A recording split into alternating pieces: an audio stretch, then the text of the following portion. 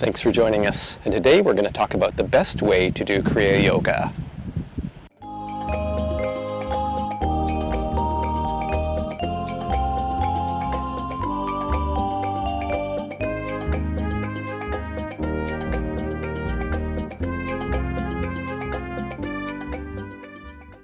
So there's a passage in the Tao Te Ching, chapter 76. It says something along the lines of a hard, brittle tree is snapped by the wind, and the young, flexible sapling prevails. And as you can see behind me, there are two examples of that. One is this young pine tree that is very flexible, and then one is a dead old tree beside it. And I'm in an area which is beside the ocean and has these occasional windstorms, and there are lots of trees that are just naturally felled down.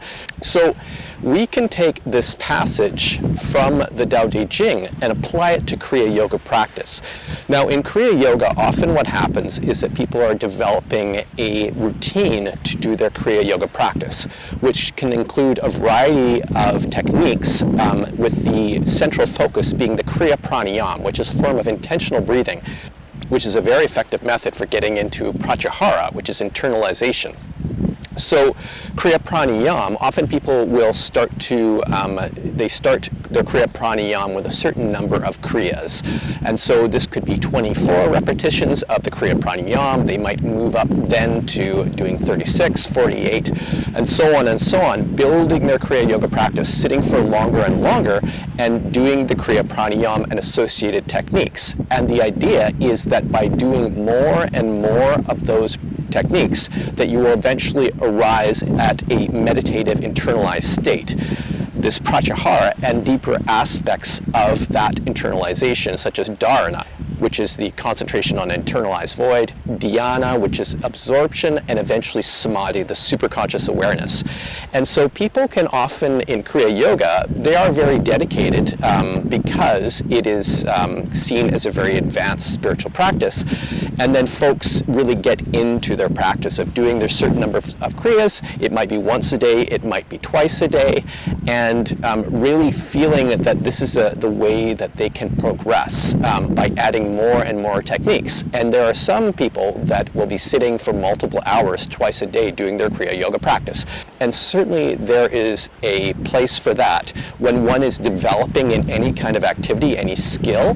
Normally people will go through a training phase where they're building their particular practice. It might be if they're doing strength training, that they're building up their strength and they're increasing the intensity of the activities that they're doing to build the skills, to build their strength with a particular practice, which makes complete sense.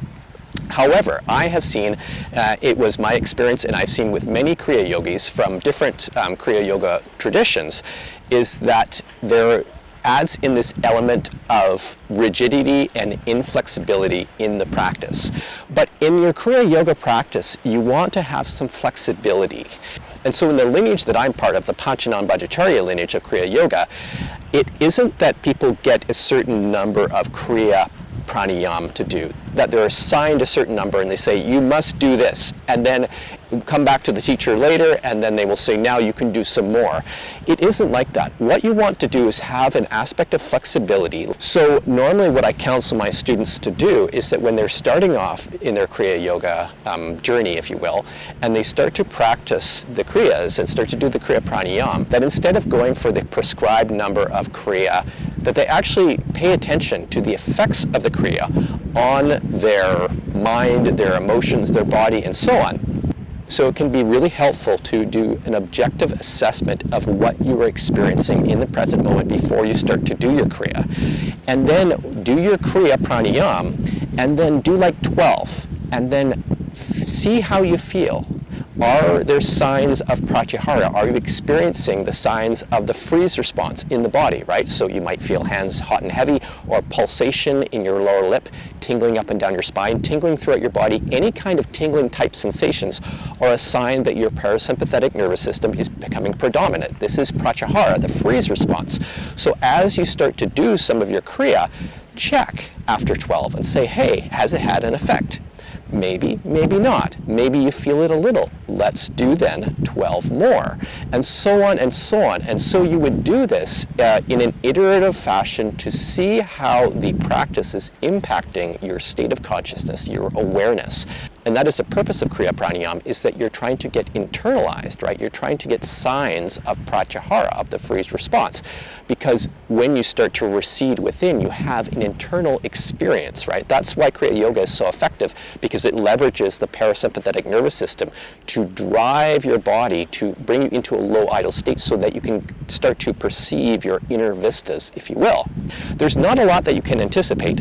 What you can do is set the stage for your meditation, right? You can develop an attitude that makes you aware and open to internal experiences, right? So opening up your inner space, which is a term that we use from Taoist internal alchemy.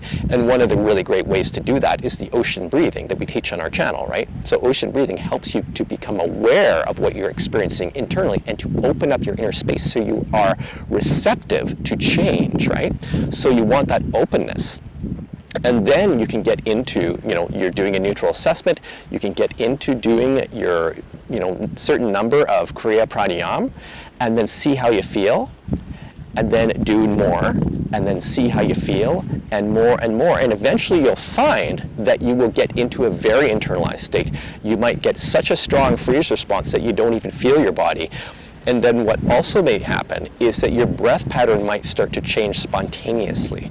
And a lot of people are maybe not aware of this. It happens when you start to do Kriya Yoga and you start to do the Kriya Pranayama and then you do some of the kumbhaka, the breath retention, right, like the Yoni Mudra, is that your breath pattern might just start to spontaneously change as you're not doing any kind of Kriya anymore, as you're just not doing any intentional breathing, and it starts to shallow out and then disappear. That is what is called the tranquil breath, and what some yogis have called breathlessness. It's not true breathlessness, but what it is basically your awareness of breath becomes, it disappears, and you become extremely still inside.